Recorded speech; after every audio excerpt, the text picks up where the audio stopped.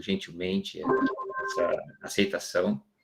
Né? Queria agradecer à professora Sheila Stoltz, que aqui, né, representa, como coordenadora que é, o mestrado em Direito e Justiça Social da nossa Universidade Federal do Rio Grande. Agradecer ao professor Felipe Bivienck, que aqui representa o curso de Direito da nossa faculdade de Direito, meus colegas e amigos que deram um grande apoio para a realização desse evento.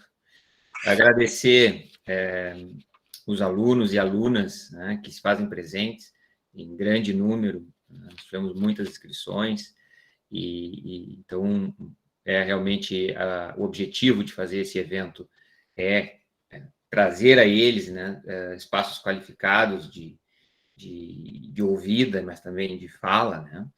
Agradecer em especial também ao Vinícius Gonçalves, aluno do mestrado, e a Gabriela Trindade, também alunos do mestrado, que estão apoiando como orientandos que são nossos, né? A professora Sheila e meu, então, que nos apoiam muito, nos dão suporte técnico e de auxílio nesse momento. Bom, eu vou passar muito brevemente apenas uma saudação, a palavra à professora Sheila, e posteriormente para o professor Felipe, apenas para eles darem um alô oficial aí para os colegas, os alunos que nos assistem, né? E depois a gente vai passar a palestra propriamente dita. Antes, eu queria dizer que, infelizmente, o professor Javier Palumo me mandou, agora, no final da tarde, uma mensagem que teve um problema de saúde e não pôde comparecer, né? Então, vamos ver se a gente consegue trazer ele em uma outra oportunidade, tá bem? Professora Sheila, por favor.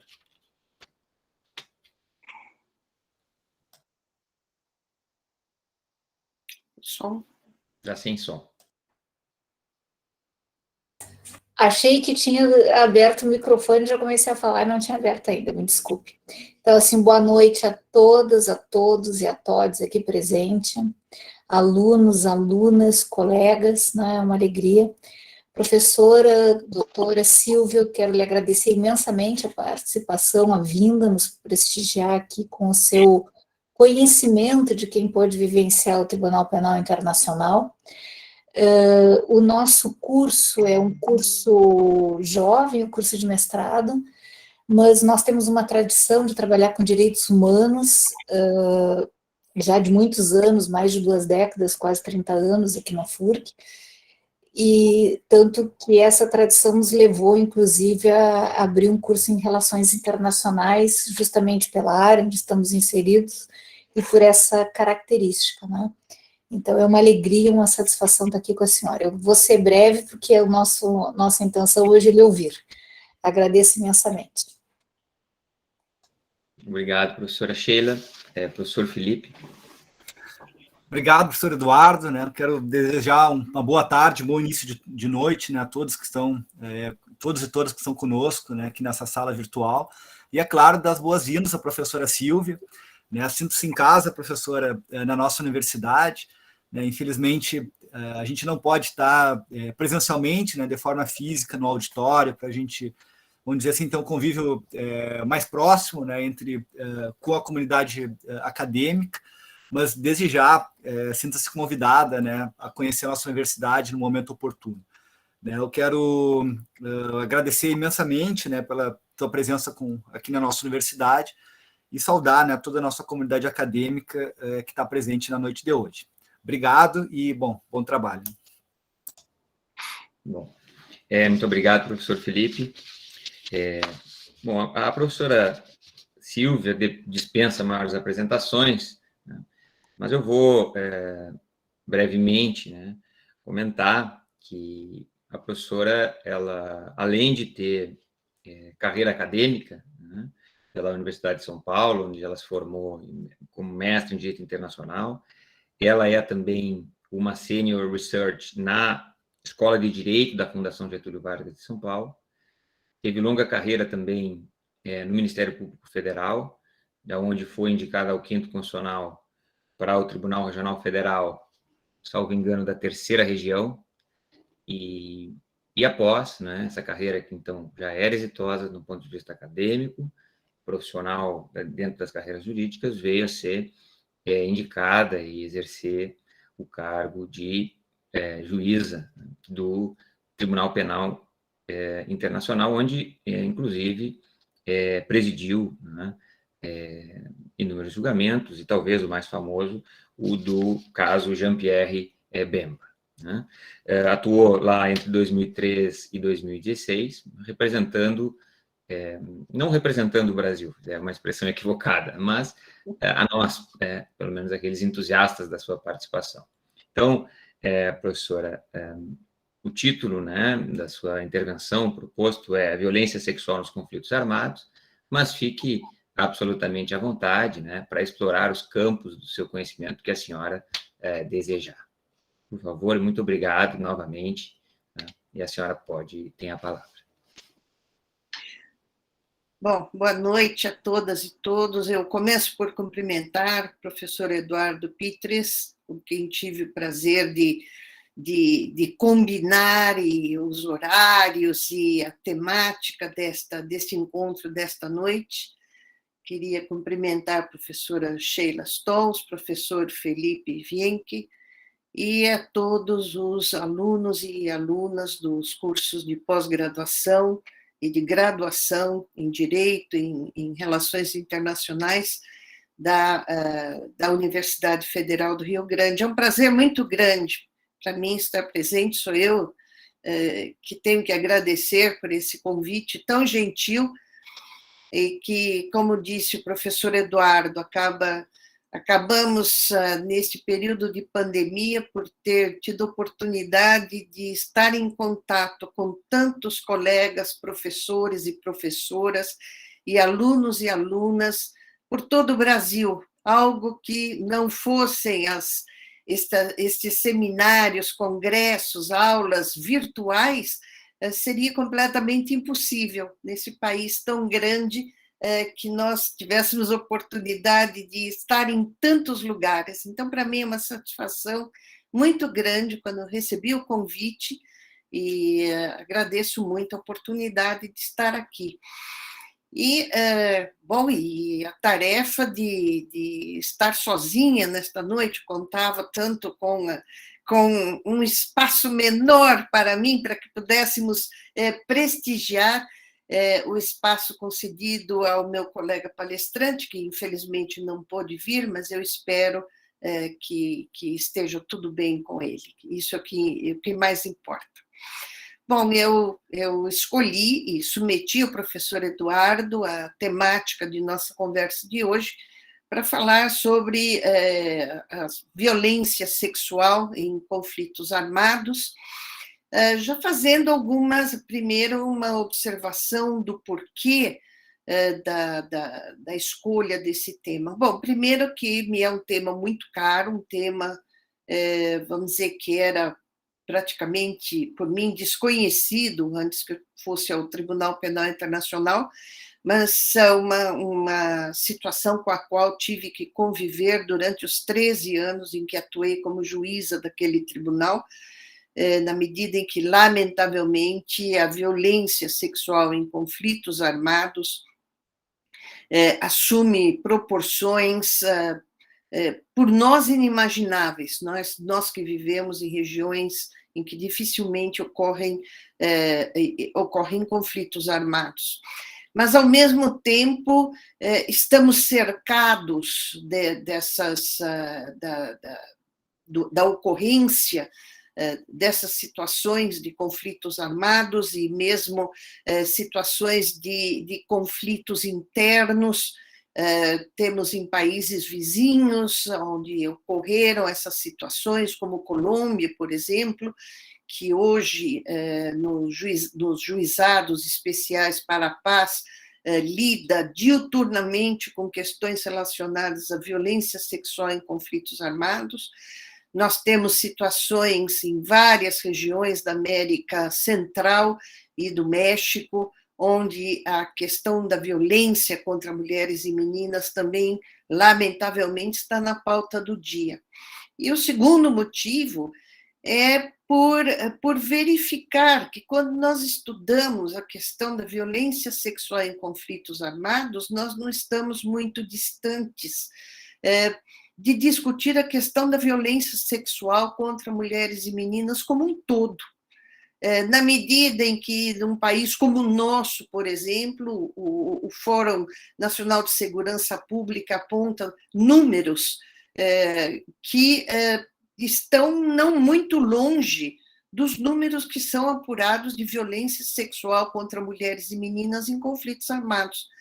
Então, uma situação entre nós que não pode, do ponto de vista legal, jurídico, ser classificada como de conflito armado, mas no qual condutas como essas equivalem àquelas que são praticadas em conflitos armados. Daí a atualidade e a importância desse tema. Então, vamos dizer, eu vou trazer para vocês alguns dados sobre a questão da violência sexual em conflitos armados, mas sempre chamando atenção e lembrando esse dado, que esta situação de violência sexual contra mulheres e meninas não é um privilégio, digamos assim, dos conflitos armados.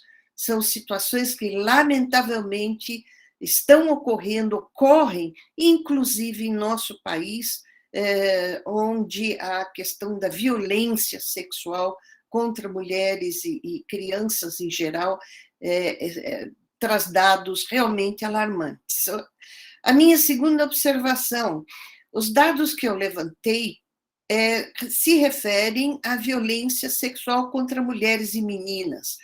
Mas com isso eu não quero que pareça que são somente mulheres e meninas as vítimas de violência sexual em conflitos armados.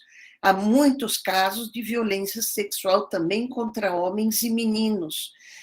Mas em termos proporcionais não se pode comparar. Então, por isso, eu vou sempre me referir a mulheres e meninas, mas lembrando também que muitas vezes homens e meninos são submetidos a esta forma de violência, que além de ser em si só uma forma de violência, é a maior maneira, o maior instrumento de humilhação que se pode impor a uma pessoa durante uma situação de conflito armado. Bom, vamos falar um pouquinho, vamos dizer, do histórico. Em conflitos armados, em geral, mulheres e meninas estão sempre sob a ameaça do estupro, da mutilação, de outras formas de violência sexual, a escravidão sexual, a exploração sexual. Nesses conflitos armados, historicamente, as mulheres sempre foram tomadas à força pelos vencedores, como butim, como prenda, como prêmio por vencerem uma batalha, como prêmios de guerra, assim como também como os demais objetos de valor eram tomados dos vencidos. Nos conflitos modernos, a violência contra a mulher, além de continuar a ter a trazer essa ideia de prêmio merecido a quem vence uma batalha, a violência contra a mulher é também utilizada como arma de guerra.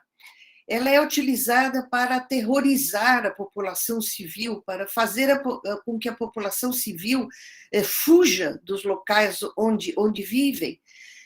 A violência sexual é utilizada também nos conflitos modernos como forma de limpeza étnica, e nós vamos nos referir a isso daqui a pouco. E também como maneira de enfraquecer o moral do inimigo. Vejam como a sexualidade ou a tomada à força da sexualidade das pessoas está presente em diversas situações de conflitos armados, sejam eles de caráter internacional ou de caráter não internacional. O estupro e outras formas de violência sexual eram tradicionalmente vistos como uma parte desafortunada, mas inevitável, dos conflitos armados. Os abusos sexuais tantas espécies, o sexo oral forçado, mutilações genitais, a prostituição, eram vistos como extensões dos campos de batalha. Efeitos indesejados, mas inevitáveis. As mulheres e meninas, elas têm sido utilizadas, como eu já me referi, como armas de ataque étnico. Há várias formas de fazer com que se altere a composição étnica de um grupo, como, por exemplo, ocorreu em Ruanda, fazendo com que mulheres engravidem dos seus inimigos e, portanto, deem à luz a crianças consideradas como pertencentes à etnia dos vencedores. Mulheres e meninas têm sido frequentemente utilizadas para exercer a prostituição em benefício dos captores, para cuidar de tarefas domésticas, como lavagem de uniformes, fazer comida, buscar água e lenha, levar recados. E em conflitos de caráter não internacional, e a maior parte dos conflitos modernos são de caráter não internacional, as meninas são também utilizadas como soldados, como escudos humanos, como guarda-costas, além, como eu já mencionei, de todas aquelas formas de violência sexual, em especial a escravidão sexual. Nós tivemos, em 1996, pela primeira vez, a Organização das Nações Unidas, tendo um olhar especial para a questão da violência em conflitos armados e dos efeitos dessa violência em crianças, nomeou uma representante especial do secretário-geral para elaborar um relatório sobre o impacto da guerra em crianças. Foi nomeada como primeira representante especial a moçambicana Graça Machel, que publica em 1996 o relatório que se intitula O Impacto dos Conflitos Armados sobre as Crianças. É um documento oficial das Nações Unidas. E nesse mesmo ano, de 1996, a Human Rights Watch África também publica um relatório com uma análise bastante aprofundada sobre a violência sexual durante o genocídio em Ruanda e as consequências desse relatório. No relatório Machel, que, como eu disse, foi o primeiro relatório da primeira representante especial das Nações Unidas, embora se dedique o relatório, em grande parte, dedique a sua atenção à questão do impacto da guerra nas crianças, mas abriu um longo capítulo especificamente para tratar da questão da violência sexual contra mulheres e meninas nos conflitos armados. Tal a grandiosidade do problema que foi analisado enquanto a equipe de experts coletava dados sobre o impacto da guerra em crianças de maneira geral. Mas para vocês terem uma ideia da importância desse elemento de violência sexual quando se fala de guerra ou se fala de conflito armado. Isso levou também o Comitê Internacional da Cruz Vermelha, em 1999, a elaborar o seu primeiro estudo denominado Women Facing War, as mulheres em face da guerra, diante da guerra. E esse, sim, documentando especificamente o impacto da guerra em mulheres e meninas. E esse report, de 1999, foi atualizado pelo próprio Comitê Internacional da Cruz Vermelha em 2001. E o relatório Machel, como ficou conhecido, ele foi o que incluiu, então, pela primeira vez, aquilo que nós hoje chamamos de Gender Specific Approach, aquele olhar sobre as questões de gênero, quando analisando a questão da violência contra civis em conflitos armados. Inclui pela primeira vez esse relatório não só a questão da violência específica em razão do gênero, mas as questões relativas à situação das meninas soldados, questões de saúde pública, de sobrevivência e a situação de mulheres e meninas em campos de refugiados. Então, nós vemos o impulso que tomou, a partir de 1996, a análise específica, esse gender-specific approach, em relação à situação da violência sexual em conflitos armados. O termo violência contra mulheres, em todos estes relatórios e em outros que foram apresentados posteriormente, significa qualquer ato baseado em violência de gênero e que leve a causar um dano físico, mental, psicológico em mulheres e meninas. Essa violência, ela pode se dar não somente nos campos de batalha ou nas comunidades atacadas durante o conflito armado, mas ela se dá dentro das próprias comunidades. Muitas vezes ela é praticada pelos representantes do Estado, aqueles mesmos que deveriam proteger as populações civis, e aquela das partes envolvidas nos conflitos armados, como os grupos armados. Nós tivemos notícias também, e ato que se repetiu, lamentavelmente, em diversas situações, de violência praticada por tropas de paz, levadas aos lugares onde há conflitos armados e que, infelizmente, passaram a abusar também das populações e exigir, como aconteceu, por exemplo, muito recentemente, na República Centro-Africana, onde soldados franceses das tropas de paz foram acusados de oferecer comida, chocolates e outras guloseimas a crianças em troca de sexo oral. Foram retirados do local e levados a julgamento pelo poder judiciário francês.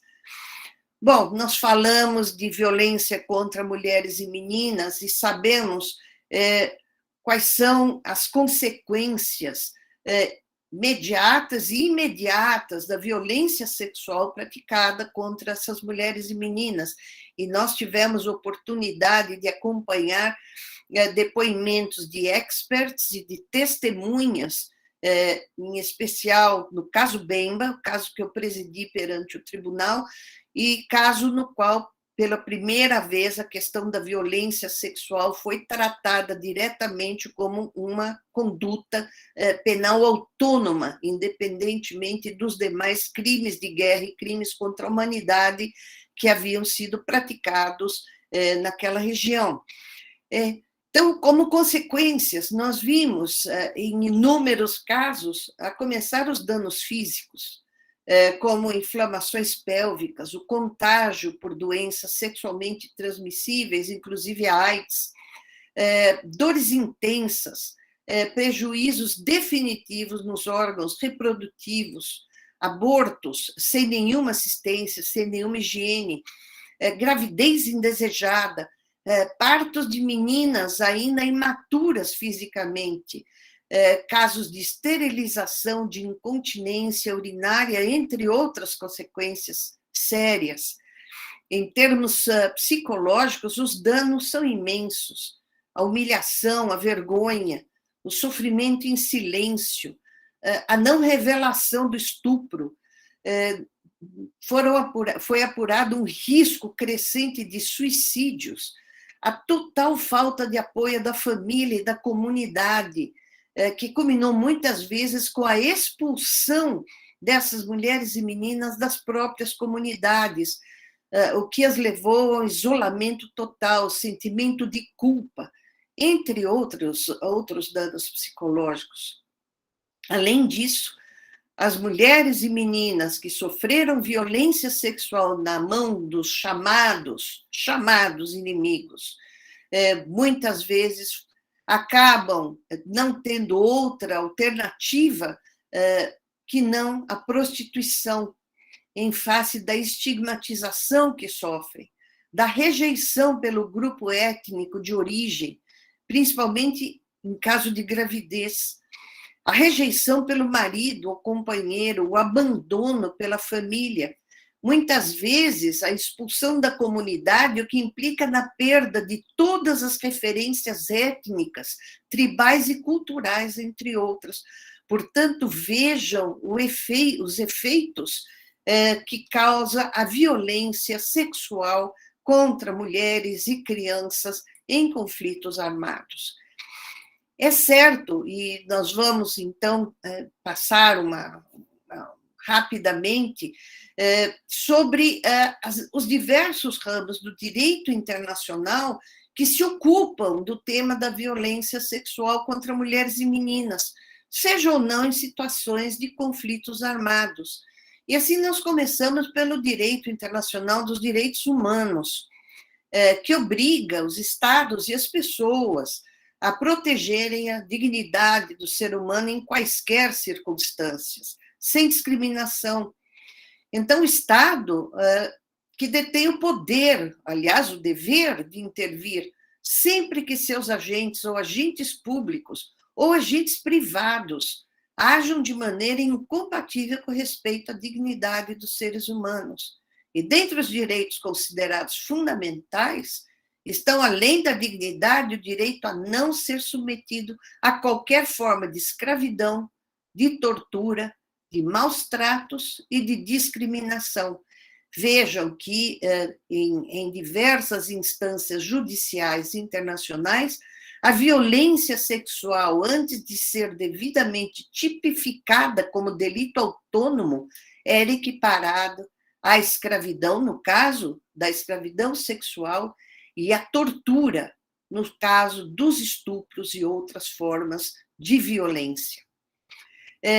Nós temos, dentro do campo da proteção internacional dos direitos humanos, as convenções sobre a eliminação de todas as formas de violência contra a mulher, e seguido da Declaração de Beijing e da Plataforma de Ação, e de outros documentos editados, em especial pelas Nações Unidas, como, por exemplo, o Gender Equality, Development and Peace for the 21st Century. É um documento da Assembleia Geral das Nações Unidas, é o documento Assembleia Geral 23/10, que trata exatamente da questão da equidade de gênero, do desenvolvimento e da paz para o 21º século. Este documento contém um compromisso de erradicação da violência contra mulheres, em especial nos conflitos armados. Nós temos também, dentro dos diversos ramos do direito internacional, o direito internacional dos refugiados, que estabelece normas de proteção geral, como na sua Convenção de 1951, e no seu protocolo adicional de 1967, e estabelece também normas de proteção especial para mulheres e crianças refugiadas, inclusive contra qualquer forma de abuso ou de violência. Em Genebra, o Alto Comissariado das Nações Unidas para refugiados, editou em 1991 os Guidelines for Protection of Refugee Women, que são a guia, as orientações para a proteção das mulheres refugiadas. Mais recentemente, diante do caso de cerca de 41 milhões de pessoas, esse é um dado de 2018, o número de pessoas deslocadas internamente, os deslocamentos internos são dos grandes problemas enfrentados pela comunidade internacional no momento atual. foi apurado que só no continente africano havia 41 milhões de pessoas deslocadas, e mais da metade eram mulheres e crianças. Mais da metade, mulheres e crianças. Não foi por outra razão que, em 2003, foi ratificado o protocolo adicional da Carta Africana de Direitos do Homem, dos Homens e dos Povos, que dedicou capítulos especiais sobre a proteção das mulheres internamente deslocadas e sobre os cuidados especiais que devem ser dados a mulheres e crianças na situação de deslocamentos internos. A Agenda 2030 reconhece que os deslocamentos internos são tema de preocupação humanitária urgente. E a resolução do Conselho de Segurança das Nações Unidas 325 expressou, nesse mesmo sentido, sua preocupação com o extenso número de mulheres e crianças refugiadas e deslocadas que sofrem os mesmos efeitos sofridos em situações de conflitos armados. É, no entanto, no campo do chamado direito internacional humanitário, o direito dos conflitos armados, ou direito de guerra, como era conhecido, que se estabeleceram pela primeira vez certos estándares de conduta para os combatentes. Esses estándares, desde meados do século XIX, vejam só, eles já impunham limites aos métodos de guerra e estabeleciam certas normas de proteção aos chamados não combatentes, aqueles que não participam ou que já deixaram de participar em combate, os chamados grupos protegidos. Nós pudemos encontrar num documento bastante antigo chamado Código Liber, o Liber Code, que é de 1863, assinado pelo presidente Lincoln durante a Guerra de Secessão Americana, e que já previa, no seu artigo 44, que toda violência cometida contra pessoas das áreas invadidas, todos os roubos, as pilhagens, todos os estupros e todos os ferimentos desnecessários são proibidos sob pena de morte. Veja só, o Código Liber já incluía como conduta proibida os estupros contra as populações das áreas que fossem sendo tomadas dos inimigos. Já quando falamos das novas convenções de Genebra, vamos dar um pulo na história para que nós não nos estendamos demais desse aspecto. O artigo 14 da segunda Convenção de Genebra diz que os prisioneiros de guerra são objeto, em qualquer circunstância, de respeito à sua pessoa e à sua honra, e que as mulheres serão tratadas com atenção especial devido ao seu sexo. Em quaisquer casos, se beneficiarão de tratamento tão favorável quanto devido aos homens.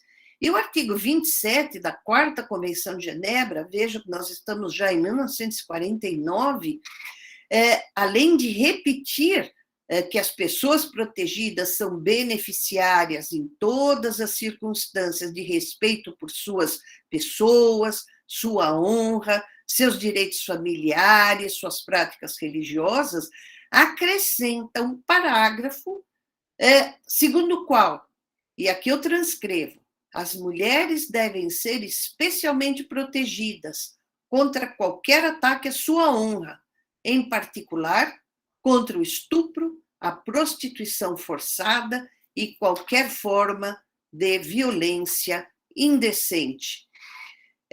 O protocolo adicional, o primeiro protocolo adicional às Convenções de Genebra, que é de 1977, reiterou em seu artigo 75, parágrafo 2º, a proibição de atentados contra a dignidade pessoal, em especial os tratamentos humilhantes e degradantes, a prostituição forçada e qualquer forma de atentado ao pudor.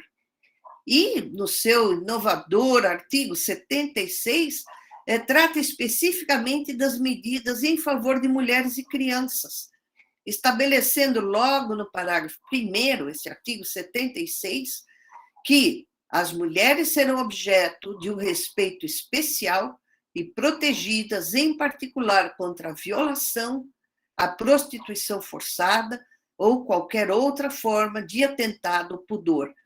O segundo protocolo adicional repete esta mesma fórmula, e aqui, como sabem vocês, o primeiro protocolo adicional trata de proibições de condutas a serem reprimidas em conflitos armados de caráter internacional, e o segundo protocolo adicional aos conflitos armados de caráter não internacional.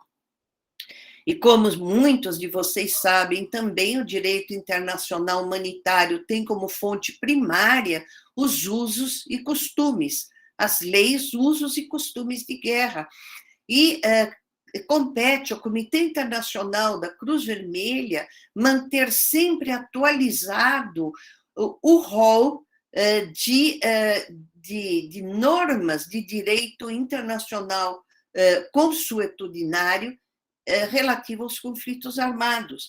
Esta é uma tarefa a qual o Comitê Internacional da Cruz Vermelha se dedica desde a sua criação em 1864, e então sempre vem sendo atualizado. E a regra 93 dessas regras de direito internacional consuetudinário proíbe e declara serem crimes as violações e outras formas de violência sexual. Então, definitivamente incorporado no direito internacional a ideia de que violência sexual é crime, não mais apenas um ilícito, mas crime. Mais recentemente, nós deparamos com diversos documentos exarados, principalmente pelo Conselho de Segurança das Nações Unidas, reafirmando a necessidade de normas especiais de proteção a mulheres e crianças em relação a atos de terrorismo e contra-terrorismo. Então, há diversas resoluções nesse sentido, e eu menciono apenas como um exemplo para aqueles que depois quiserem se debruçar sobre a matéria, a resolução do Conselho de Segurança 2242, de 2015, que reafirma a necessidade de se implementar medidas especiais de proteção às mulheres em quaisquer assuntos relativos à paz e à segurança internacionais, e reafirma que há um impacto diferenciado na violação de direitos humanos de mulheres e meninas vítimas de atos de terrorismo ou de violência extremista. Essa mesma resolução reafirma a necessidade de implementação de agendas que incluam mulheres para discutir paz e segurança, levando-se em conta as conclusões do relatório do secretário-geral sobre violência sexual em conflitos armados, esse relatório 2015/203, é o relatório 203, aliás, de 2015, e do Fórum Global sobre Contra-Terrorismo e as Boas Práticas sobre Mulheres e a Violência Extremista. Também podemos mencionar, título de exemplo, a resolução, dessa vez, da Assembleia Geral das Nações Unidas, que é de 2016, é a resolução 70/148, que trata sobre a proteção de direitos humanos e liberdades fundamentais em atos de contra-terrorismo, levando em conta a preocupação com o aumento dos atos terrorismos que têm como alvos específicos aqueles relativos à etnia, religião e o gênero. Então, aquelas formas de terrorismo cuja finalidade são ataques discriminatórios de gênero, de etnia ou de religião. Então, nós vemos uma preocupação da comunidade internacional, uma preocupação muito grande em relação a esse tema da violência sexual contra mulheres e meninas. Nós tivemos, como eu já falei, nós tivemos, em razão de termos tido condenações por atos de violência sexual pelos tribunais de Nuremberg e de Tóquio, nós tivemos esses acréscimos às convenções de Genebra de 1949 e também a previsão, o aumento da jurisprudência internacional na qual o estupro e outras formas de violência sexual foram classificados, inclusive, como crimes de genocídio, apesar desta figura não estar incluída na Convenção sobre Genocídio de 1948. Nós temos um importante precedente, que é o caso Akayesu, do Tribunal de Ruanda, em que o estupro de mulheres com a finalidade de engravidá-las e de alterar com isso a configuração étnica de uma nova geração foi considerado como ato de genocídio, o que é um precedente importantíssimo, um leading case na análise das diversas formas de violência sexual em situações não só de conflitos armados, mas também de genocídio. E, não sem razão, o Estatuto de Roma, do Tribunal Penal Internacional, que foi aprovado em julho de 1998 na Conferência de Roma, esse estatuto que criou o Tribunal Penal Internacional, que é o primeiro tribunal internacional de caráter permanente, encarregado de julgar aqueles crimes que são os crimes considerados crimes contra a paz, os crimes de guerra, o genocídio, os crimes contra a humanidade e o crime de agressão. E no Estatuto de Roma, a violência sexual vem expressamente prevista em diversos incisos, tanto como crimes contra a humanidade, no rol do artigo 7º do Estatuto de Roma, como crimes de guerra, no rol dos crimes elencados no artigo 8º do Estatuto de Roma. Então, nós vamos agora, tendo passado um pouquinho pela história, e, vamos dizer, para demonstrar que a atenção que se dá hoje em dia à questão da violência sexual em conflitos armados não é um modismo, e sim fruto de uma longa e lenta evolução baseada em dados retirados da triste realidade que vivemos no mundo, onde tanto são as situações de catástrofe humanitária, que nós tivemos, então, um longo elenco de crimes de gênero, crimes de violência sexual incluídos no Estatuto de Roma. O artigo 7º, ele estabelece na linha G que são crimes contra a humanidade: o estupro, a escravidão sexual, a prostituição forçada, a gravidez forçada, a esterilização forçada e qualquer outra forma de violência sexual de gravidade comparável. Porque nós temos essa cláusula aberta ao final? Porque, lamentavelmente, é impossível prever todas as formas de violência a que seres humanos podem ser submetidos em ataque à sua liberdade sexual, à sua integridade física e sexual. Então, havia necessidade de que se deixasse um espaço para cobrir a imaginação doentia daqueles que exercem violência sexual, em especial contra mulheres e meninas. Nós temos depois, no artigo 8º, as previsões das mesmas condutas, quer em situações de conflitos armados de caráter internacional, quer em situação de conflitos armados de caráter não internacional. E, além disso, também uma cláusula aberta e bastante aberta, que inclui as violações graves das convenções de Genebra e as violações graves das leis e costumes de guerra.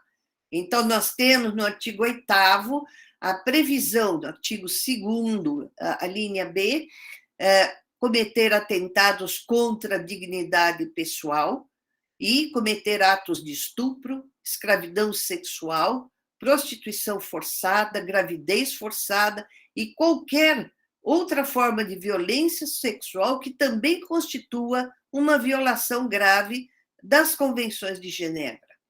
E também, como eu disse, em relação aos conflitos armados de caráter não internacional, cometer atos de estupro, escravidão sexual, prostituição forçada, gravidez forçada ou qualquer outra forma de violência sexual que constitua também uma violação grave ao artigo 3 comum às 4 convenções de Genebra. Portanto, o quadro legislativo que se coloca hoje, além das demais convenções internacionais, quer do direito dos refugiados, quer dos direitos humanos, quer do direito internacional humanitário, nós temos agora a previsão expressa do Estatuto de Roma, do Tribunal Penal Internacional, dessas condutas que, caso praticados em situação de conflitos armados, quer de caráter internacional ou não, são configurados como crimes de guerra. Não foi sem razão que o primeiro caso levado a julgamento pelo Tribunal Penal Internacional foi o caso Lubanga. A questão, o então procurador Moreno Ocampo decidiu que deveria ser um caso emblemático, e este caso emblemático, ele selecionou exatamente a questão da utilização de crianças como soldados em conflitos armados. Então, o único crime atribuído ao senhor Lubanga e, na época, o Correio Bosco Ntaganda foi o do recrutamento e utilização de crianças como soldados em conflito armado de caráter não internacional. Lembrando que o Estatuto de Roma prevê, entende como crianças aqueles menores de 15 anos de idade. Ocorre que nas condutas atribuídas ao senhor Lubanga, também constava a questão das meninas soldados, a constante presença de meninas que eram alistadas, que se alistavam voluntariamente ou eram sequestradas para integrar esse grupo armado do senhor Lubanga e do senhor Bosco Ntaganda. As meninas, aliás, as crianças, não só as meninas e meninos, muitas vezes se alistam voluntariamente para vingar suas famílias, para assegurar a segurança das suas famílias, para garantir o seu sustento, ou, às vezes, até por idealismo na defesa dos interesses da sua etnia, do seu grupo tribal. Agora, as meninas, além de sequestradas para servirem como soldados, tanto quanto os meninos, elas eram utilizadas como cozinheiras, como mensageiras, para os serviços domésticos, para buscar comida e, principalmente, para servir sexualmente aos comandantes. Vejam que nós estamos falando de meninas menores de 15 anos de idade. Surgiu, então, no próprio caso Lubanga, e depois esse caso foi desmembrado na medida em que o senhor Lubanga estava preso, então o processo contra ele seguiu, e o senhor Bosco Ntaganda estava foragido, então o processo contra ele foi desmembrado. Mas surgiu, então, uma grande questão jurídica. Essas meninas abusadas sexualmente, elas teriam a proteção especial das convenções de Genebra? Em outras palavras, as convenções de Genebra seriam aplicáveis na situação das meninas soldados?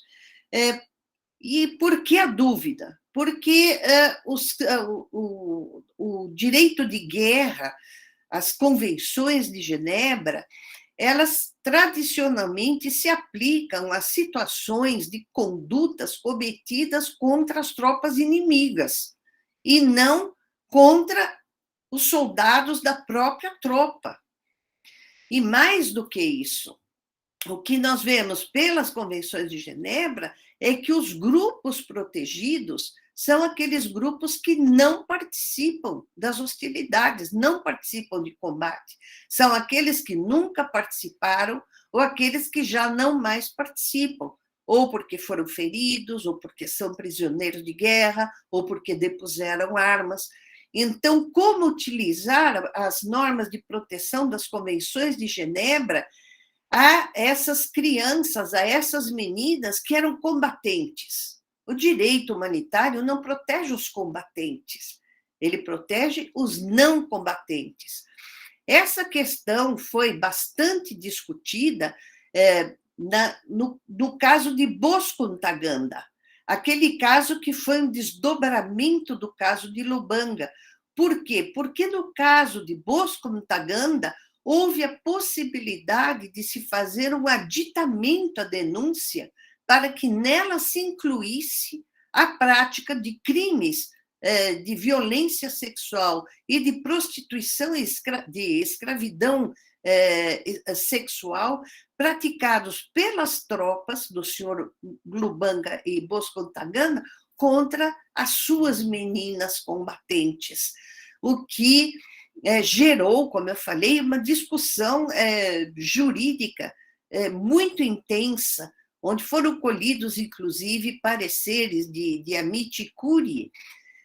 No final, no caso Bosco Ntaganda, e confirmado pela Câmara de Apelações, decidiu-se que sim, as meninas soldado, ainda que combatentes, e combatentes aí já nem se perguntaria mais se foram alistadas forçosamente ou sequestradas, ou se ofereceram para integrar o grupo armado, mas sim seriam merecedoras das normas de proteção do direito internacional humanitário.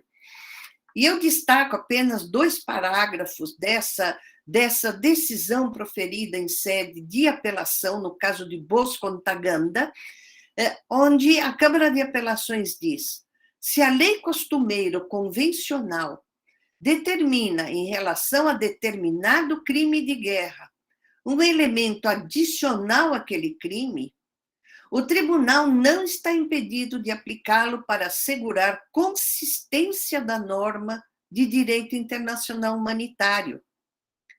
Tendo em vista o quadro estabelecido da lei humanitária internacional, membros de um grupo armado não são categoricamente excluídos da proteção contra o crime de guerra de estupro e escravidão sexual, quando cometidos por membros do mesmo grupo armado a que pertencem as vítimas. Aqui o que cabe é a interpretação da cláusula genérica, segundo a qual crimes de guerra inclui outras sérias violações das leis e costumes de guerra aplicáveis em conflitos armados.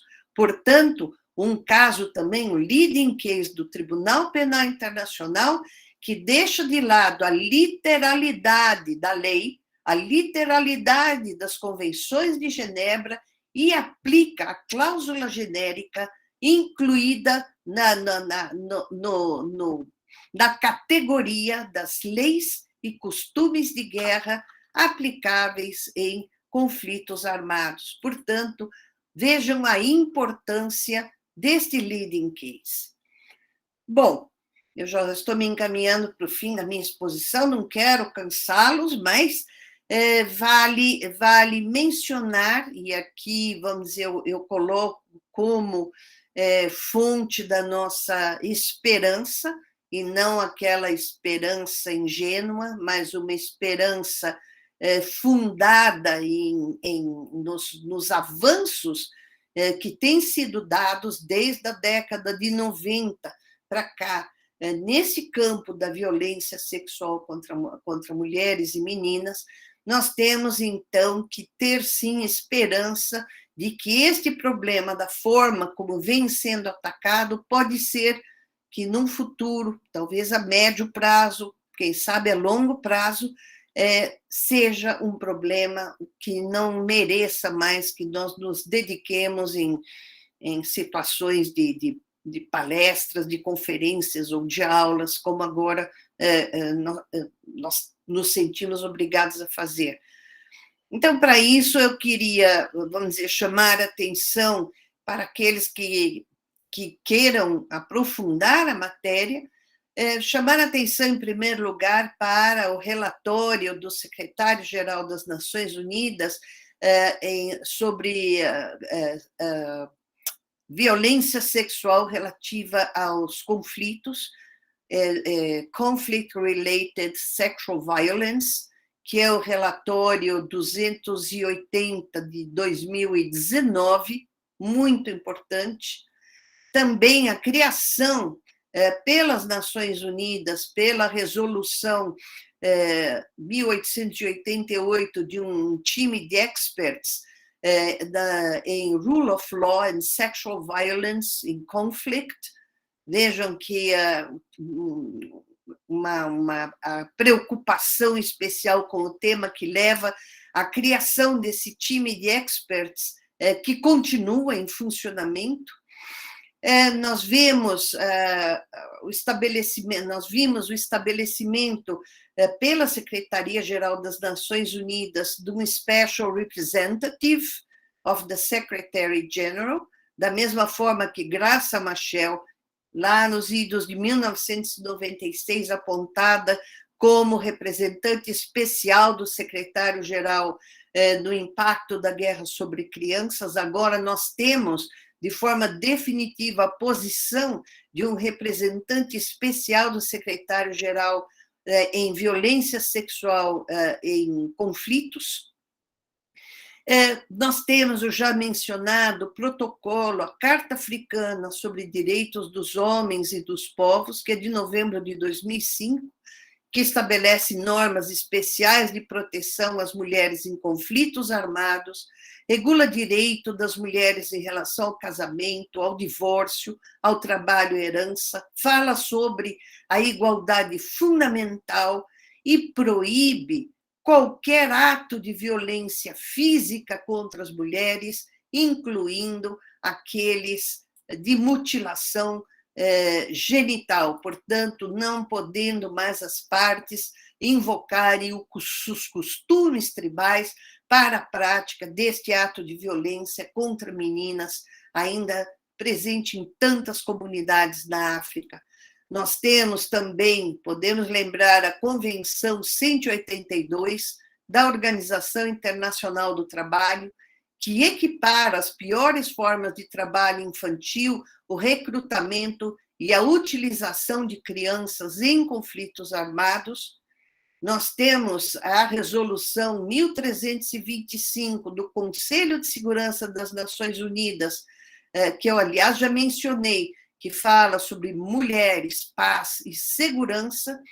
E, por fim, o Comitê das Nações Unidas sobre a eliminação de discriminação contra mulheres em conflito, a prevenção, o conflito e situações de pós-conflito. Portanto, a normativa internacional intensamente voltada a criar todos os mecanismos que sejam necessários para a proteção especial de mulheres e crianças em situações de conflitos armados. Bom, se nós tivéssemos, ou nós teremos, quem sabe, uma próxima oportunidade em que eu gostaria de falar sobre outras características importantes do Estatuto de Roma em relação a mulheres e crianças vítimas de violência sexual de qualquer espécie, a sua maneira de participação em todos os atos do processo perante o Tribunal Penal Internacional.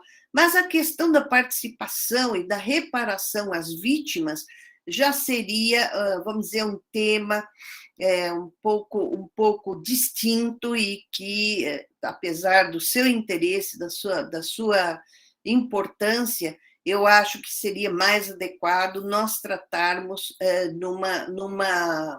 numa outra ocasião. Eu só gostaria de mencionar a esse respeito que dentro do sistema geral de colheita de provas, apresentação de provas perante o Tribunal Penal Internacional, a regra é que compete aos juízes decidir sobre a admissibilidade de quaisquer provas apresentadas pelas partes, tanto a acusação como a defesa. No entanto, e especificamente em relação às mulheres e crianças vítimas de violência sexual, as regras de procedimento e prova estabelecem uma única exceção. É a única exceção existente no regime de provas do Tribunal Penal Internacional. Eu estou falando da regra 70, aliás, são duas, as regras 70 e 71 das regras de procedimento e de prova, e cujo título dessas regras, desse capítulo, é exatamente Regras de Procedimento e de Prova, Princípios da Prova em Caso de Violência Sexual.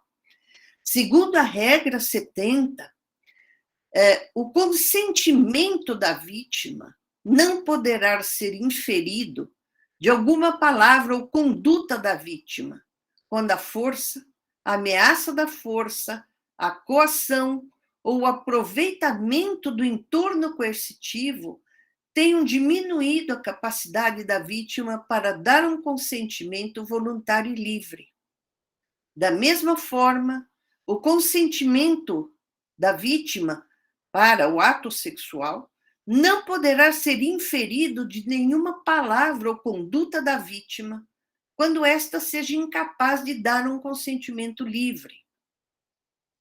Igualmente, o consentimento não poderá ser inferido do silêncio ou da falta de resistência da vítima.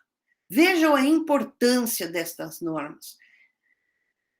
Nós temos a norma seguinte dizendo que a credibilidade, a honorabilidade ou a disponibilidade sexual da vítima não poderão ser inferidos da natureza do comportamento sexual anterior ou posterior da vítima. E que, tendo-se em conta a natureza dos crimes, a sala julgadora não admitirá provas do comportamento anterior ou posterior da vítima ou de uma testemunha. Então, a importância desse conjunto de regras processuais, vamos dizer que trata especificamente de princípios de prova em casos de violência sexual, nos quais não se pode inferir consentimento da vítima em situações em que, quer por coação, quer por conta do entorno, quer por conta de qualquer limitação pessoal causada por qualquer razão, a vítima não estiver em condições de dar o seu consentimento voluntário e livre, não se admitirá esta prova perante o Tribunal Penal Internacional. Nós que temos visto casos de de violência sexual contra a mulher, em que, na verdade, as mulheres são colocadas na posição de algozes, ou de estarem mentindo, ou porque consentiram, porque era o que elas queriam, etc. Este tipo de prova, onde se infere consentimento diante de circunstâncias que demonstram que esse consentimento não foi voluntário e livre, esta prova não é admitida. E é por esta razão, em razão destas regras específicas do Estatuto de Roma e das regras de procedimento e prova, que nós tivemos oportunidade de discutir com a senadora Simone Tebet, e ela encampou a ideia e apresentou um projeto de lei, que é o projeto de lei 1888 de 2021, e que só não teve ainda iniciada a sua tramitação em razão de estar a senadora envolvida com a comissão parlamentar de inquérito. Mas nós temos a possibilidade de, muito brevemente, ter este tipo de limitação do regime de provas introduzido na nossa legislação processual penal, dando-se, assim, um valor importante à palavra da vítima, desde que se analise o entorno em que se deu o alegado ou a alegada violência, o alegado estupro contra aquela vítima. Então, nós vemos que, mais uma vez, o direito internacional traz importantes contribuições para o direito interno, e nós devemos sempre estar atentos, porque, na maior parte das vezes, o direito internacional responde mais prontamente às novas demandas do que o próprio direito penal interno dos Estados.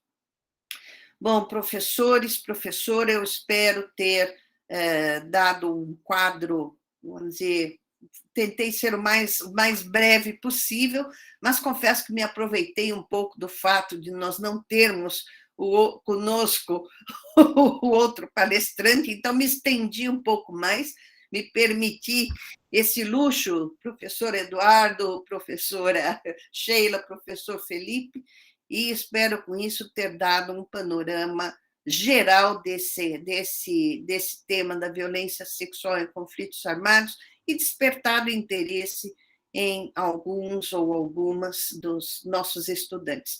Muito obrigada pela paciência com que me ouviram, e agora me coloco à disposição se houver alguma pergunta ou esclarecimento que me seja dirigido. Muito obrigada.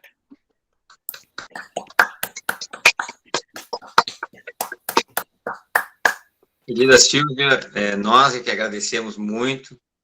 Eu peço desculpas porque a minha internet está saindo, então eu saí do computador e passei para o celular, e vamos ver como a gente conduz. Queria te agradecer, foi tão bom quanto eu esperava, é muito interessante e nos enriquece muito. A ideia era justamente trazer essa tua experiência e conhecimento para os nossos alunos, né, e para nós também.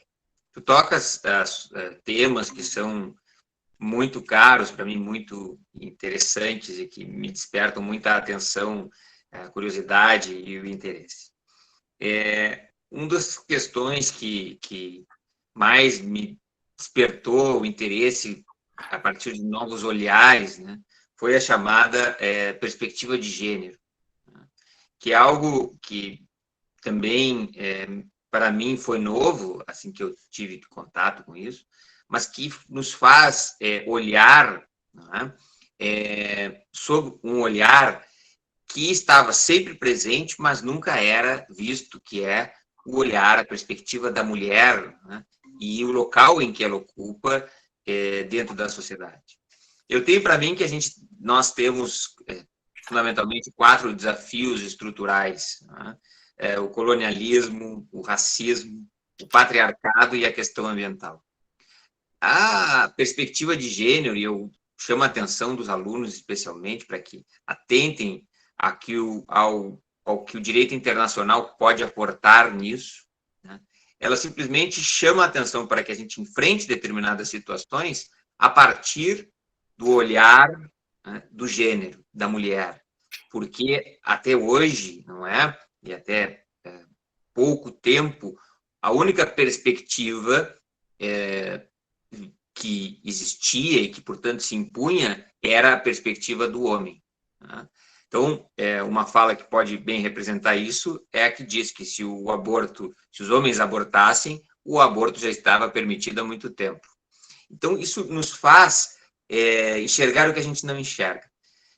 Para mim, dois casos são bem emblemáticos dessa abordagem. O primeiro, esse que a senhora traz, da questão do violência sexual como para usar uma expressão um tanto cínica presente em conflitos, que é uma casualty, ou seja, era algo que acontecia como um acidente, né, dentro do conflito e que estavam ali nos danos colaterais. Né? E uma outra também, e que não era visto, esteve sempre presente, mas nunca enfrentado como tal até agora, início dos anos 2000. Então, no sentido de que houve uma abordagem mais específica e finalmente chancelada, né, de maneira mais estrutural a respeito dessa prática. Como a senhora bem trouxe para nós, se imagine, não é, uma política sistemática de conflito, não é, e que insira como uma forma de prevalecer a violência, né, sobre a mulher. Uma violência que é quase sempre sexualizada. É isso que é a peculiaridade que a perspectiva de gênero permite enxergar. E o outro exemplo, né, que já é nacional, mas aí eu destaco para os alunos, especialmente, que olhem para o internacional, porque tudo isso que eles escutam e que nós, enquanto sociedade, escutamos e discutimos em relação ao problema da violência contra a mulher, vem do internacional para o nacional, certo? E é importante que nós conheçamos essa origem para saber, não é? Não apenas enquanto conhecimento, mas saber todo o histórico e todo o potencial de crescimento que há aí. Mas o segundo exemplo é o exemplo do feminicídio. Ou seja, uma prática, né, que é tão velha quanto a nossa sociedade, vamos dizer assim, mas ela era tão naturalizada e, portanto, tanto ausente uma perspectiva de gênero que sequer havia um nome para qualificá-la. A língua não a compreendia. Ou seja, se nem a língua, né, tem uma palavra para ela, é porque é algo absolutamente naturalizado e invisibilizado. E a perspectiva de gênero, portanto, abre um olhar, né, para isso, que sempre esteve ali, mas é como se nunca tivesse. E, às vezes, até, como é uma construção cultural, às vezes até era ressaltado, como na figura, né, do homem que salvou a sua honra, né, ou da mulher que mereceu a violência. Né? Então, isso para mim, né, é muito importante, né, que a senhora traz dentro desta abordagem da chamada do Gender Specific Approach. Para também salientar que todas essas questões que envolvem o internacional, e aí os conflitos armados, propriamente dito, também estão em conexão com o nacional, e também com o regional, para a gente falar, né, de um direito interamericano dos direitos humanos. Vejam que o primeiro caso em que a Corte Interamericana de Direitos Humanos, e, em verdade, um Tribunal de Direitos Humanos, pôde abordar essa questão dos conflitos armados e dentro de uma perspectiva de gênero, foi um caso da Corte Interamericana de Direitos Humanos, o caso do presídio Miguel Castro versus Peru. E ali esteve presente um conflito armado, que não era não internacional, acontecia no Peru, porque era época da ditadura Fujimori, né? E houve, não é, uma ação estatal contra detentos e que, como recorrentemente ocorre, né, teve uma intencionalidade deliberada, né, em relação às mulheres que ali estavam. Né? E, então, a Corte Interamericana de Direitos Humanos, pela primeira vez, fez algo que também é muito enriquecedor, que é a conexão entre os diversos instrumentos e convenções internacionais disponíveis, neste caso, fazer uma leitura da Convenção Americana de Direitos Humanos a partir de uma perspectiva de gênero, com os aportes que a Convenção, né, de Belém do Pará poderia dar para tratar da temática da mulher. Então, eu queria destacar, né, primeiro, este enfoque diferenciado e muito rico que a perspectiva de gênero traz, que desnaturaliza questões muito naturalizadas, né, com perdão da redundância, no nosso cotidiano e na nossa perspectiva de visão. Sobretudo, o universo masculino não consegue enxergar que uma mulher, ela precisa, por exemplo, de absorventes para conseguir viver um mínimo de dignidade dentro de um estabelecimento prisional, né? Ou que, se nós formos um pouco atrás, nos tribunais, e a senhora certamente que enfrentou esse problema, precisa de um banheiro no qual ela não precise usar, né, o banheiro masculino. Então, este olhar, ele é fundamental, e o internacional pode, né, e certamente dá um aporte muito rico para este enfrentamento deste que eu chamo, né, o patriarcado, de um problema estrutural. Para destacar também que esta questão que é central, né, da mulher, ela se destaca em todas as situações de crise, seja uma crise decorrente de um conflito armado, seja de uma crise pandêmica. Todos os números, né, vão dizer que, nestes episódios, né, esta subalternidade em que a mulher é posta, esta situação de violência sistêmica em que a mulher é posta, ela se agrava, né? E se a gente for ser interseccional e colocar cor nesta mulher, esta situação se agrava mais ainda, né? É por isso que, na pandemia, né, quem mais sofreu foram as mulheres. Sejam as mulheres que tiveram redobrado o seu trabalho doméstico, sejam as mulheres que, como conhecidas cuidadoras do mundo ou dos outros, tiveram que cuidar, seja nos hospitais ou nas casas, para que outros pudessem fazer as suas pandemias, tiveram que as suas quarentenas, tiveram que cuidar de alguns nos hospitais, quem que ocupa majoritariamente, por exemplo, a profissão de enfermagem, se não é a mulher, né? Para que outros pudessem, então, se cuidar, né? Então, em todas essas situações, a mulher que mais sofre, como aconteceu novamente na pandemia, em relação à própria violência, não é? Como se sabe, isso é documentado, a violência de gênero aumentou, né, durante a pandemia. Tá? Então, eu queria destacar essas questões e o aporte que o internacional dá para essa abordagem, que enriquece muito, e a sua fala apenas fez, né, perceber mais ainda essa situação. Eu queria, independente de alguma outra pergunta que venha depois, e alguma colocação dos meus colegas, colocar duas questões, né, para a senhora abordar livremente e se achar adequado.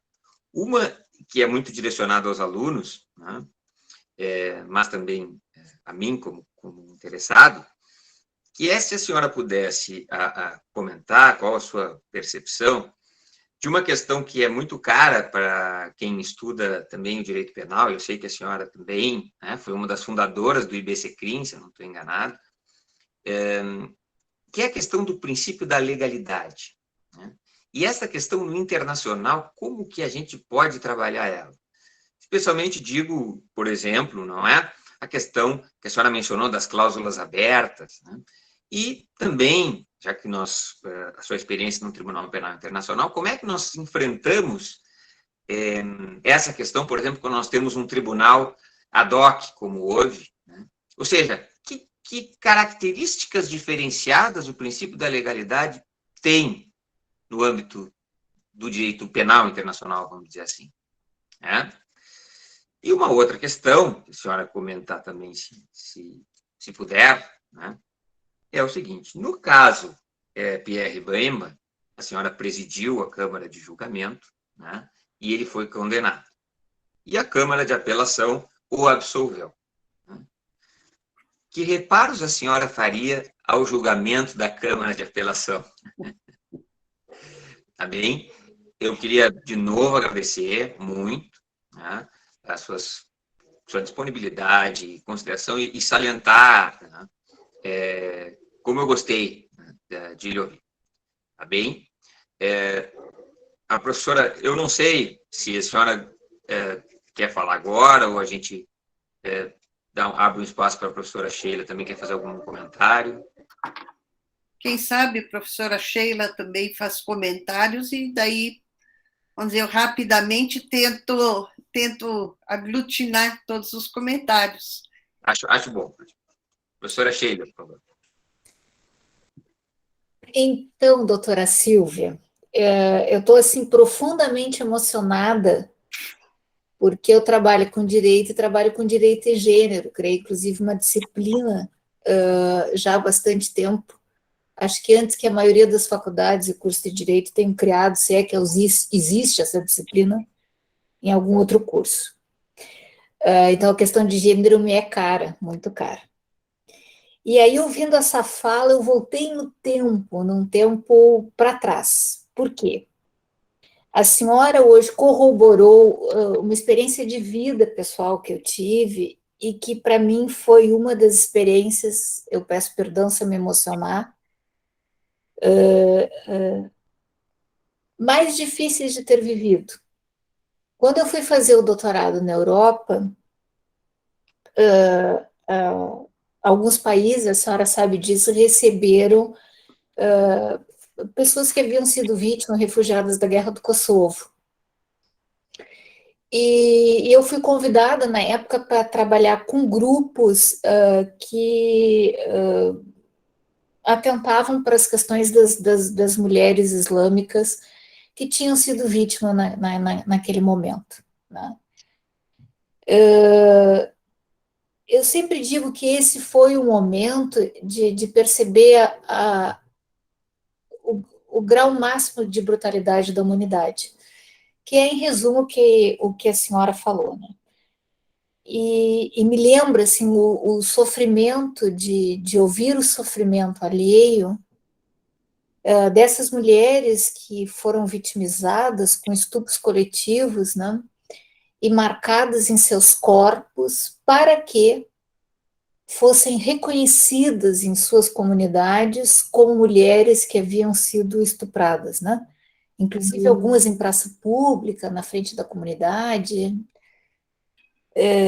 E aí quem conhece minimamente os procedimentos do mundo islâmico sabe que uma mulher que mantém relações fora do casamento, ela não é aceita por sua comunidade, né? Então, algumas, inclusive, foram recebidas no resto do território europeu justamente para não seguirem sendo vítimas e usadas como prostitutas, inclusive prostitutas em âmbito familiar, né, que é uma característica cultural. Enfim, digo isso porque isso é um fato havido e que comoveu muitas mulheres na Europa. Naquele momento, como eu estava ali, também participei desse momento de inserção. E daí, dessas experiências, nascem toda essa visão diferenciada que hoje se tem em âmbito internacional, né, que vem aí muito forte desde os anos 70. E aí eu diria para as alunas aqui presentes, né, tanto do curso de Direito como curso de Relações Internacionais, talvez uma coisa que poucas mulheres dessas áreas saibam, não é o caso da doutora, é que o movimento de mulheres latino-americanos, inclusive, foi anterior. Como nós não estávamos em guerra, como estava a Europa na Primeira e na Segunda Guerra, as mulheres aqui já estavam se organizando e já estavam fazendo demandas coletivas para todo esse território americano, né, de norte a sul. Então, também isso é muito interessante, porque esse movimento aqui se organizou e já vinha fazendo demandas, inclusive, anterior às europeias, desde a perspectiva internacional, né? E que eu acho que é importante destacar. Aí, ouvindo a professora, eu fui me lembrando assim, de várias obras que tratam, né, desde o ponto de vista antropológico, a forma como as mulheres são tratadas, fala o Lévi-Strauss, né, que passa a ser depois muito bem argumentado pela Gayle Rubin, que tem uma obra que se chama Tráfico de Mulheres, para quem tiver interesse de ler, que é essa troca, né, que é o que a doutora Silvia falou, o botim de guerra. As mulheres eram usadas ou como forma de evitar uma guerra, eu entregava antes a quem pretendia guerrear ou me invadir, um grupo de mulheres, né, seria uma bandeira de paz, ou com um botim de guerra, né? Algo a ser levado por quem conquistou um determinado lugar. Isso sempre fez parte de todas as guerras humanas, né? O triste é pensar que hoje, com tanto regulamento, esse tipo de situação ainda ocorra, que é o chocante dessa situação. E ocorre desde distintos, vamos dizer assim, bandos, né? E aí eu me lembro quando eu li o livro do Miyakoto, O Último Voo do Flamingo, que é onde ele denuncia o estupro que os cascos azuis, né, cometiam na África. Desde a literatura a gente pode perceber isso também. O Miyakoto sempre foi muito atento ao que acontece na sua África e nas demais Áfricas, né? Sempre denunciou isso. Para quem quiser ler, eu também, para a juventude que nos escuta, também recomendo, né? Eu tenho acompanhado, professor, e com muita dor assim no coração, já lhe adianto isso, que passa na Etiópia, que dado o momento brasileiro de tanta obscuridade, pouco se fala aqui no Brasil, né? Mas desde novembro o conflito tem se agrandado. O último dado que eu tenho, devem ter muitos mais, é que, entre aspas, muito entre aspas, já se sabe aí em média de 63 vítimas confirmadas, mulheres que foram estupradas. Foi uma denúncia feita pela Anistia Internacional agora em agosto, mas é do que se sabe, não do que é real, mas já estão se levantando dados, né, dessa violência na Etiópia, de um conflito que não tem perspectiva de findar brevemente, né, que é o que tem se apontado. Na sua fala sobre esterilização, e pensando um pouco nas nossas Américas aqui, e nos nossos ditadores de plantão, eu me lembro do Fujimori, vou botar entre aspas, desenvolveu a política pública de esterilização de povos originários na Colômbia, né? Como política de Estado, simplesmente porque queria o branqueamento da população, né? Me lembrei dele, assim, dessa violência que foi praticada na Colômbia nos anos de ditadura do Fujimori, que inclusive acho que eu escrevi errado ali, porque eu não revisei antes de mandar a mensagem.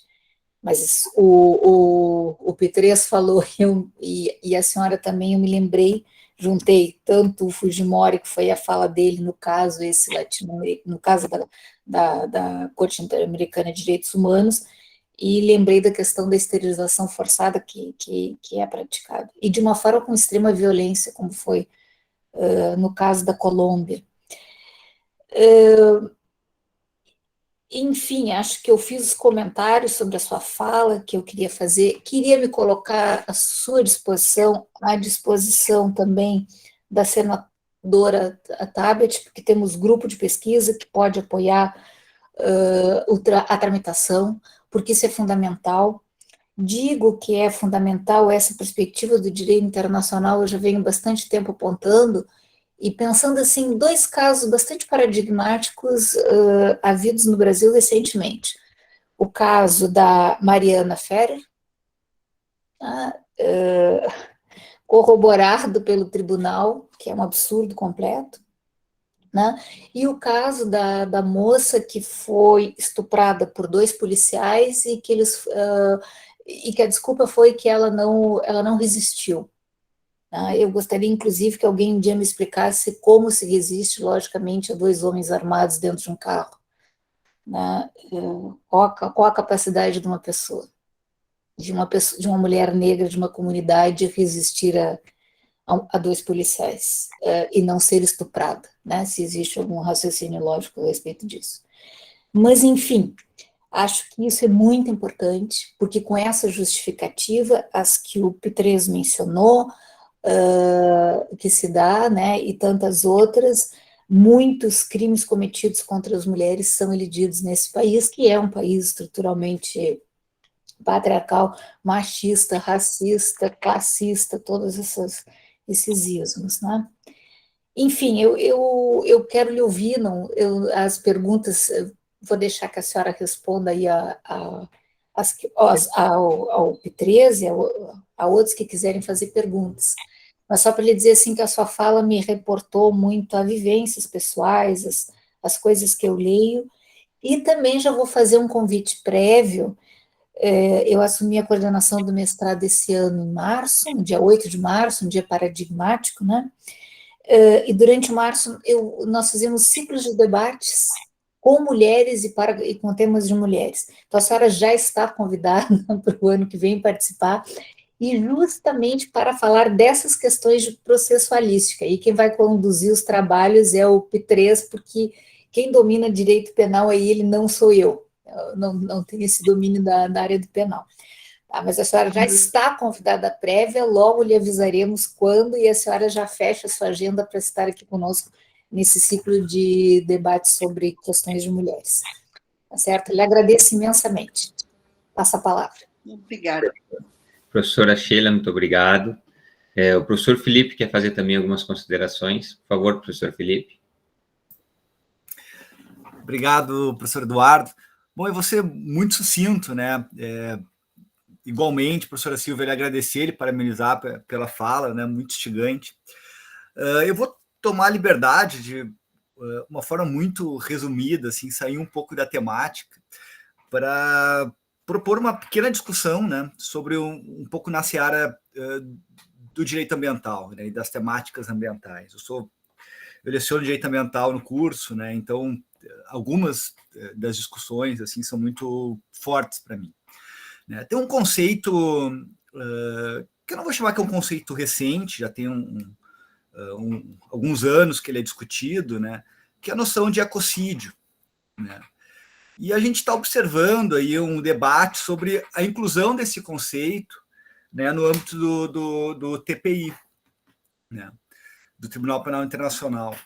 Eu recordo, professora Silvia, e eu peço desculpas se eu cometer uma pequena gafe, porque eu não lembro exatamente quando, se foi em 2019, ou início de 2020, de ter lido um artigo da senhora, que a senhora justamente criticava, eu acho, né, a utilização desse conceito por ele não estar previsto expressamente, né, do Estatuto de Roma. Né. Mas acho que agora há novamente uma discussão, né, para se incluir, de fato, esse conceito, enfim, para a gente poder, de fato, falar, né, nessa tipificação do ecocídio. Eu acho que essa discussão casa um pouquinho, talvez, com o que o professor Eduardo falou, né, na questão do princípio da legalidade, né. Eu gostaria de trazer essa provocação para lhe ouvir um pouco sobre isso, né, sobre essa temática que claramente ingressa aí na pauta, vou chamar, nessa geopolítica, né, internacional. Agradeço e parabenizo mais uma vez, e quero também destacar, né, que já são, bom, a gente já está há algum tempo aqui conversando, e a gente está com um quórum praticamente igual ao início dos nossos trabalhos, né, isso demonstra o quão interessante está essa noite de discussões. Né. Obrigado. Por favor, professora Silvia. Bom, eu só tenho que agradecer, vamos dizer, aliás, nem há tantas perguntas, são mais comentários ou, como disse o professor Felipe, provocações, E, então, eu também vou tentar, vamos dizer, de uma maneira mais sucinta possível, ver se eu abordo todos esses comentários. O professor professor Pitres fala do princípio da legalidade e como ficam os tribunais ad hoc em face do princípio da legalidade, se eu bem entendi essa sua primeira preocupação. Bom, o princípio da legalidade está expressamente previsto no Estatuto de Roma, o artigo 21, parágrafo 3º do Estatuto de Roma, ele é expresso ao dizer que a interpretação e aplicação de quaisquer normas pelo Tribunal Penal Internacional há que fazer-se de acordo com os direitos humanos internacionalmente reconhecidos. E o princípio da legalidade é uma garantia fundamental prevista em todas as convenções internacionais de direitos humanos. Então, não há como fugir ou como articular-se alguma solução, algum caso que não seja estritamente adstrita ao princípio da legalidade. E foi nesse sentido, professor Pitres, que eu mencionei a extensa discussão que houve exatamente no caso de Bosco-Ntaganda, por conta do reconhecimento da aplicação das normas de proteção do direito humanitário às meninas combatentes, uma vez que o direito humanitário só se aplica aos não combatentes. E a discussão que levou à conclusão da Câmara de Julgamento e da Câmara de Apelações foi acusada, e, a meu ver, injustamente, de estar ferindo o princípio da legalidade estrita. E quando, na verdade, a leitura do extenso, nós chamamos de voto, né, por unanimidade da Sala de Apelações, é no sentido da aplicação das leis e costumes de guerra. Então, o direito internacional tem essa característica de ter como fonte primária, não como fonte secundária, mas como fonte primária, os usos e costumes.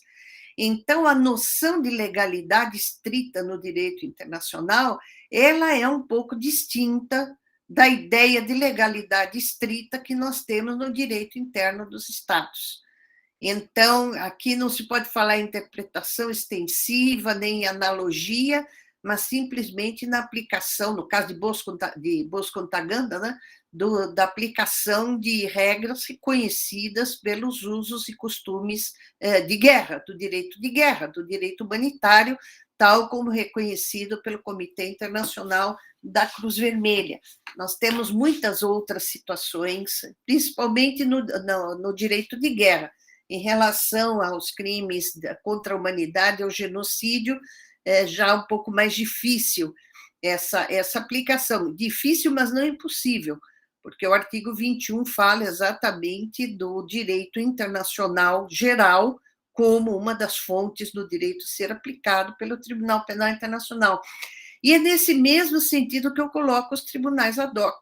Eu acho que o pecado dos tribunais ad hoc, se é que nós podemos dizer que é um pecado, é o fato de serem criados após os fatos.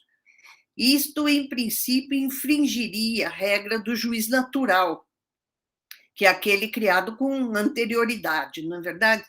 Mas, em termos de legalidade dos delitos e das penas, eu não vejo como atribuir alguma violação ao princípio da legalidade, mesmo para os tribunais ad hoc.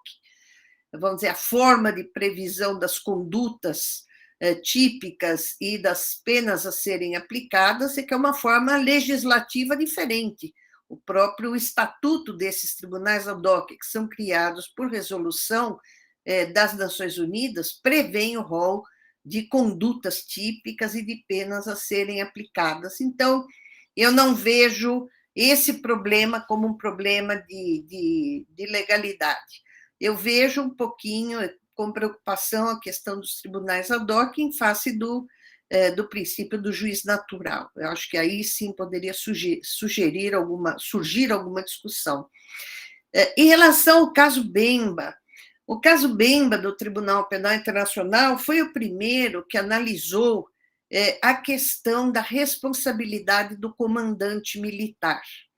E a Câmara de Julgamento, aliás, a Câmara Preliminar e depois a Câmara de Julgamento, analisaram sob a perspectiva estritamente legal, tendo por base a evolução do próprio conceito de responsabilidade de comando, que se deu no direito internacional, no direito, inclusive humanitário internacional, com a previsão expressa da figura do comando responsável. Essa figura do comando responsável, ela vem acompanhando as diversas convenções de direito internacional humanitário desde da Convenção de 1907, em que se reconhece como uma força armada legal aquela que é comandada por um comando responsável.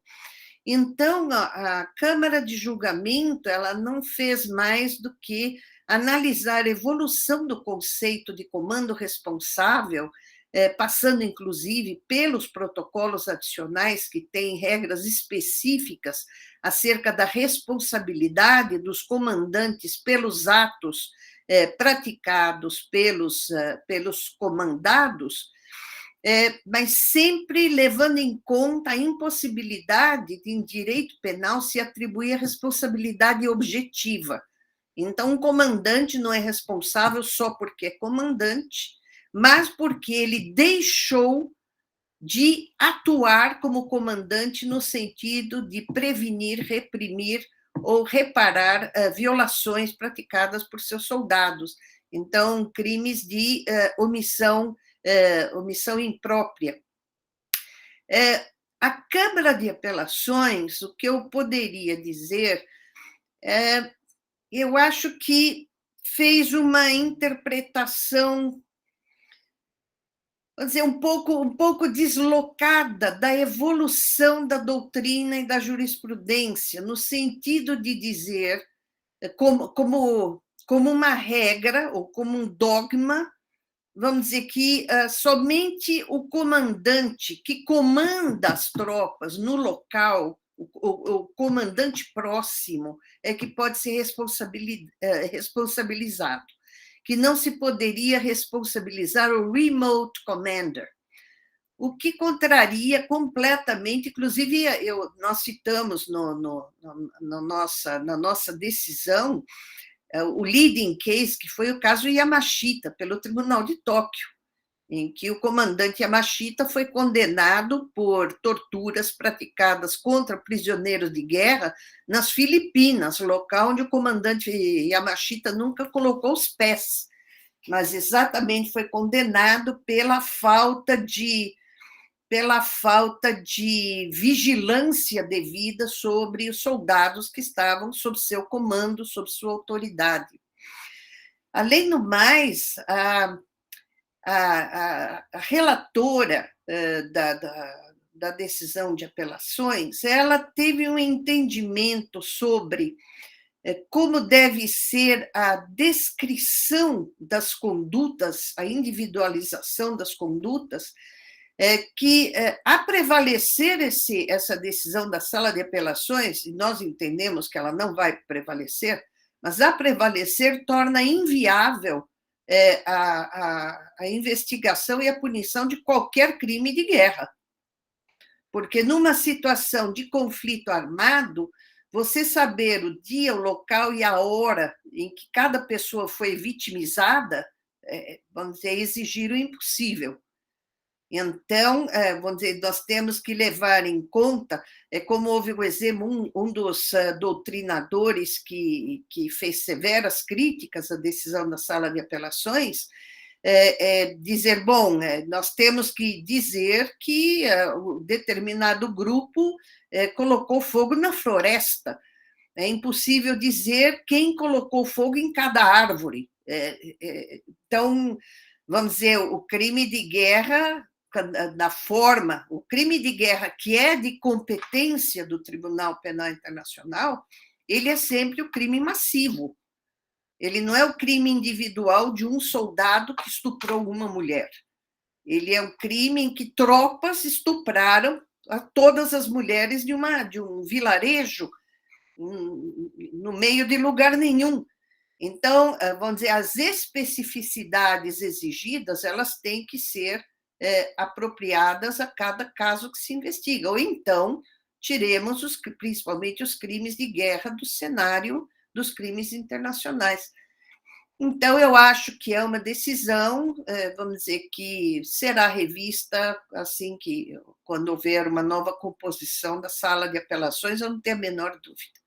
Eu não falo isso para defender a decisão da sala de julgamento, que eu presidi, mas em nome, vamos dizer, das diversas decisões, inclusive dos tribunais ad hoc, que serviram de precedentes à nossa decisão. Então, acho que, vamos dizer, esse precedente do caso Bemba não prevalecerá. Em relação a mais assim aos comentários tão oportunos feitos pela professora Sheila, bom, eu, vamos dizer, divido com a professora essa experiência, esse contato, que é tão difícil, né, que nós tenhamos, vamos dizer, com esta realidade dos conflitos armados, e eu deixei de mencionar na minha exposição, mas hoje em dia, além dessa constante violência sexual praticada em conflitos armados, agora está entre as preocupações das Nações Unidas, eu mencionei isso, a questão do terrorismo, porque verificou-se já em diversos locais, principalmente na Nigéria, através do grupo Boko Haram, o sequestro de meninas que são leiloadas na web. E o dinheiro dos leilões serve para financiar o próprio grupo terrorista. Quer dizer, além daquelas modalidades tradicionais de violência contra mulheres e meninas em conflitos armados ou fora de conflitos armados, em conflitos urbanos, até o terrorismo moderno se apropria do corpo das mulheres para conseguir financiamento. Então, as meninas sendo leiloadas, é feita asta pública de venda de meninas, de jovens, 12, 13, 14 anos, para financiamento de grupos terroristas. Então, isso está acontecendo na Nigéria. O tribunal, a procuradoria do tribunal tem em andamento um exame preliminar, aliás, já uma investigação em relação aos rohingyas em Mianmar, e em que milhões de pessoas estão sendo expelidos de Mianmar em direção a Bangladesh, e as mulheres e meninas, mesma situação que ocorreu em Darfur, no Sudão, onde as populações eram expulsas da região de Darfur, tinham que se refugiar, principalmente no Chad, e nos campos de refugiados, as mulheres e meninas que saem para buscar lenha, água, procurar comida, invariavelmente estupradas. O mesmo ocorre atualmente nessa multidão de deslocados internamente em Mianmar. Então, nós vemos que, do ponto de vista normativo, a gente se enche de esperança, porque, vamos dizer, a comunidade internacional, através dos diversos organismos, as Nações Unidas, o Alto Comissariado para Refugiados, o Alto Comissariado para Direitos Humanos, etc., estão levantando dados e levando socorro, mas, por vezes, nós temos a sensação de que nós estamos enxugando gelo, porque, na verdade, nós conseguimos coibir condutas em determinados lugares e só estourar um outro conflito ou uma situação de deslocamento forçado, e nós vemos essa violência ocorrer novamente. Por fim, professor Felipe, a sua provocação. Eu me coloco entre aqueles...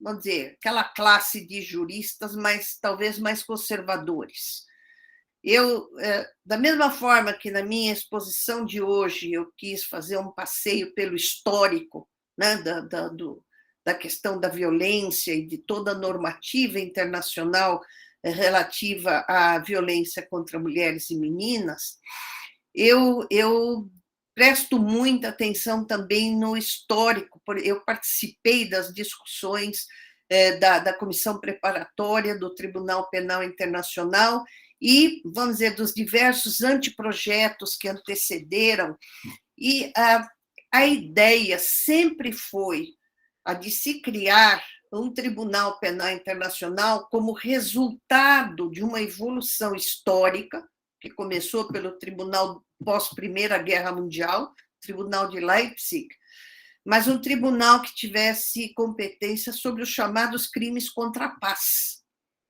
Então, existem documentos internacionais que tratam especificamente dos crimes contra a paz. E quais são os crimes contra a paz? Crime de guerra, crime contra a humanidade, o genocídio e o crime de agressão.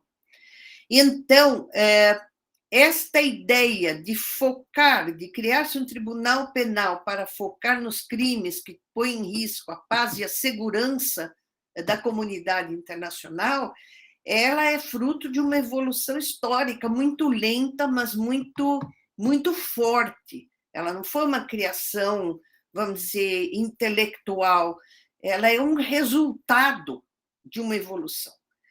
Então, já na época da Conferência de Roma, foram muitas as delegações que queriam a inclusão de crimes contra o meio ambiente, do narcotráfico, crime de tráfico de armas, tráfico de pessoas, o crime de terrorismo. Então, são vários os crimes internacionais. Mas os crimes contra a paz são uma subclasse dos crimes internacionais. Então, eu preferia ver o Tribunal Penal Internacional focado nos crimes contra a paz, e eu lhe digo, professor, já é uma competência larga bastante. O tribunal não dá conta. Se nós formos observar as situações de catástrofe humanitária atualmente ao redor do mundo, nós vamos ver que o Tribunal Penal Internacional está cuidando de 1% delas, porque não tem capacidade de cuidar mais do que isso. E essas catástrofes humanitárias, elas envolvem uma violência direta de seres humanos contra seres humanos. Então, é violência, são mortes, são lesões corporais, é tortura, desaparecimentos forçados, é perseguição, é extermínio, é genocídio. Então, me parece que incluir crimes contra o meio ambiente dentro deste rol de crimes contra a paz me parece um pouco, vamos dizer, fora do propósito. Eu não seria contra a criação de um tribunal internacional do meio ambiente. Eu não sou contra a ideia de se criminalizar o ecocídio e as condutas que causem graves danos ao meio ambiente, e a criação de um tribunal penal internacional para o meio ambiente. Mas a inclusão de crimes contra o meio ambiente no rol de crimes contra a paz, eu não creio. Primeiro, eu não creio que seja adequado do ponto de vista histórico, e segundo, eu não creio que seja eficaz. Um tribunal que tem que cuidar de genocídio e não dá conta, não vai ter eficácia nenhuma para cuidar de crimes contra o meio ambiente. E, por fim, mas aí eu coloco uma opinião personalíssima, e eu assumo as consequências da minha opinião.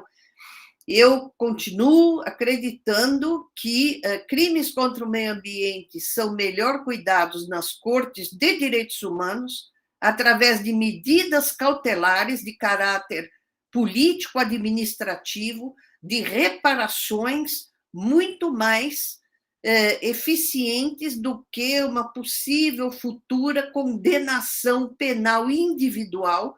Os grandes crimes contra o meio ambiente não são crimes individuais, eles são condutas praticadas por conglomerados, por empresas, por indústrias. Então, até se encontrar um responsável e punir penalmente, eu continuo achando que a punição administrativa ou a punição do Estado ou da empresa muito mais eficiente do que uma futura e incerta condenação penal. Então, por todas essas razões, I rest my case. Tá bem. Bom, creio que nós estamos muito satisfeitos também com essa complementação. Todos nós também teríamos outras perguntas, outras considerações, e realmente esse nosso diálogo está muito bom, e nós teríamos muito tempo para ficar aqui. Eu, por exemplo, gostaria muito de perguntar qual é a influência política que um tribunal desse sofre, a pressão política, né?